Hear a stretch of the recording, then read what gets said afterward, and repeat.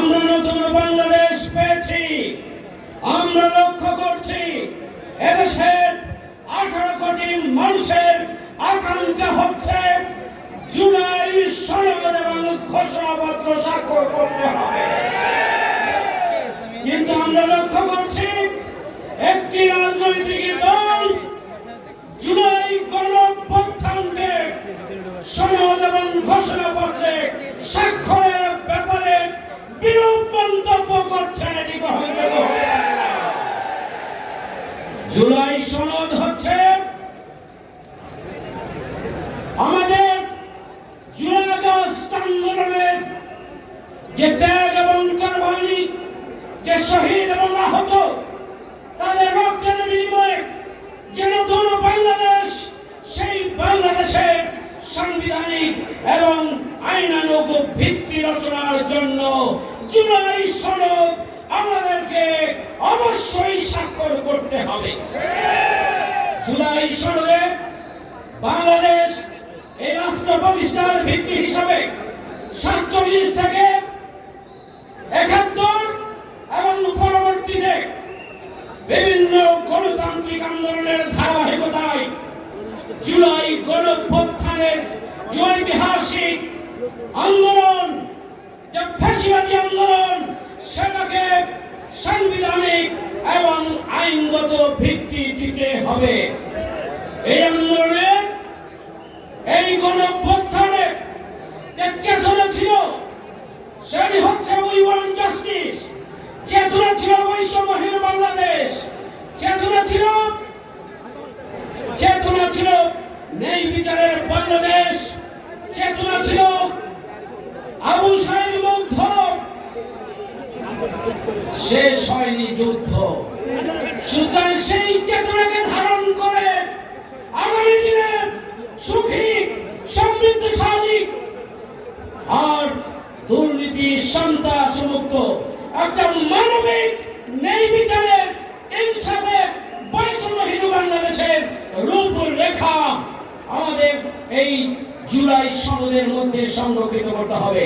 জুলাই সনদে ছাত্র সমাজ, শিক্ষক, কর্মকর্তা, কর্মচারী, আলেম ওলামা, আলিয়া কওমি, বিশ্ববিদ্যালয়, প্রাইভেট বিশ্ববিদ্যালয়, স্কুল, কলেজ, মাদ্রাসার পাশাপাশি পৃথিবীর বিভিন্ন দেশে জুলাই আন্দোলনে যারা অবদান রেখেছেন প্রবাসীদেরকেও সম্পৃক্ত করতে হবে।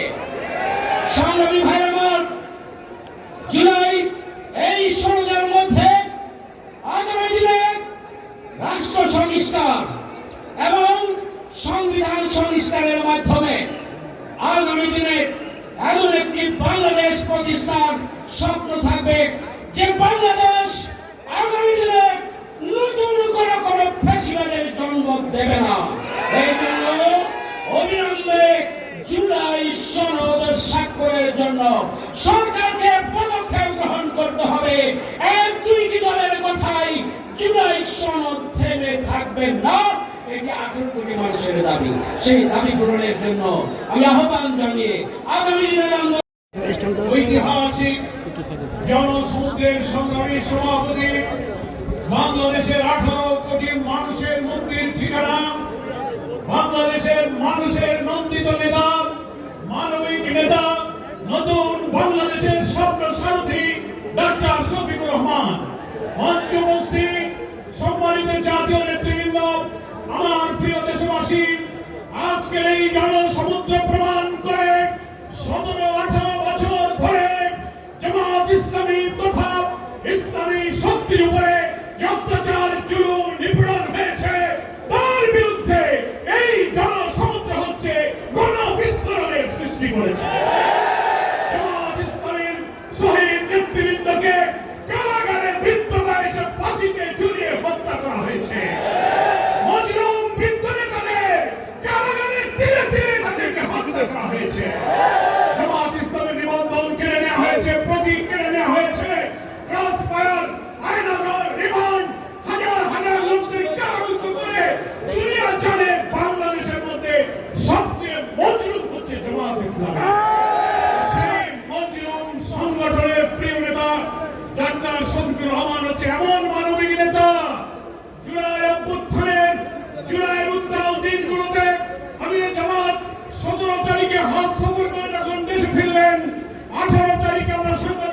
উদ্বোধন করলাম সেই দিন রাতেই প্রতিদিন ছাত্র হত্যা হচ্ছে। আমির জামাত আমাদের ডেকে বললেন, যত লোক নিহত হচ্ছে, যত আহত হচ্ছে, এরা কোন দলের নয়, সব শহীদ আমাদের শহীদ, সব আহত আমাদের।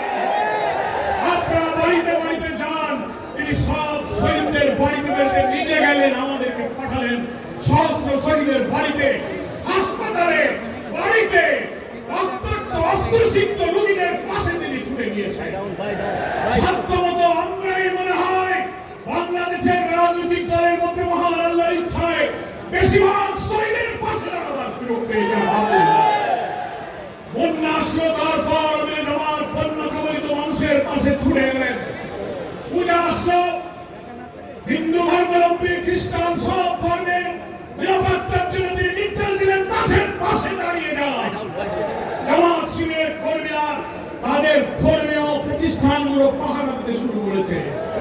ফলে হিন্দুদের বাড়িঘর দখল, অত্যাচার, নির্যাতনের বিরুদ্ধে তিনি কোনো প্রতিক্রিয়া না করে পাশে দাঁড়িয়ে তাদের ঘর বানিয়ে সাহায্য করে, তাদের মানবিক সাহায্য তিনি করেছেন। আমার প্রিয় নেতা হচ্ছে জাতীয় মানবিক নেতা। তিনি বাংলাদেশে মানবিক সমৃদ্ধ বাংলাদেশের জন্য একটি জাতীয় ঐক্যের ডাক দিয়েছেন। আল্লাহ আসমান থেকে নাযিল হওয়া কোরআন এবং সুন্নাহর ভিত্তিতে একটি কল্যাণ রাষ্ট্র প্রিয় নবী মুহাম্মদ মুস্তাফা সাল্লাল্লাহু আলাইহি ওয়াসাল্লাম দুনিয়ার মানুষের জন্য আদর্শ রেখে গেছেন। সেই আদর্শকে ভিত্তি করে চলমান সভ্যতা, প্রয়োজন, চ্যালেঞ্জকে সামনে রেখে আমরা একটি কল্যাণ, একটি সুশাসনের রাষ্ট্র কায়েম করতে চাই। তাই আসুন